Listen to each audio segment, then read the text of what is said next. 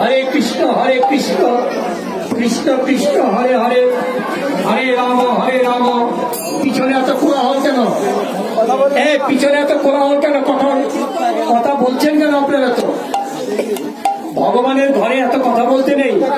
সাধুগুরু বৈষ্ণবরা যা আশা করে সে আশাগুলো আপনারা গ্রহণ করে যাবেন। আমরা যে পরিশ্রম করে কথাগুলি বলছি আপনাদের জন্য বলছি। এখানে কোনো মতবিরোধের কথা নয়, এখানে শুধু প্রেম আর প্রেম আর প্রেম। যেখানে সারা পৃথিবীতে কীর্তন হচ্ছে হরে কৃষ্ণ কৃষ্ণ কৃষ্ণ হরে হরে, হরে রাম রাম রাম হরে হরে।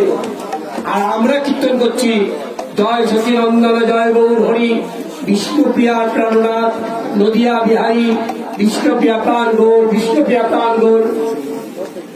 অনেকের এটা অজানা, যারা জানে তাদের জন্য কিছু নয়।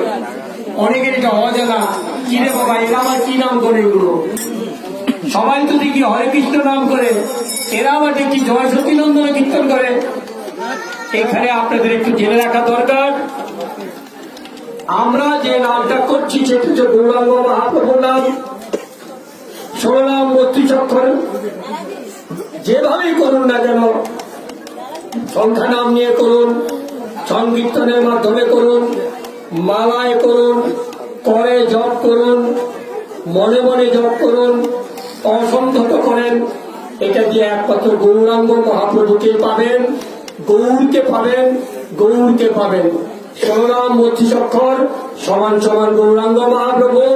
এটা দিয়ে অন্য কিছু কিন্তু আপনারা কেউ আশা করবেন না, এটা দিয়ে অন্য কেউ আসেন না, এটা দিয়ে অন্য কিছু পাবেন না। প্রমাণ নামাচার্য ব্রহ্ম হরিদাস 3 লক্ষ নাম করেছেন।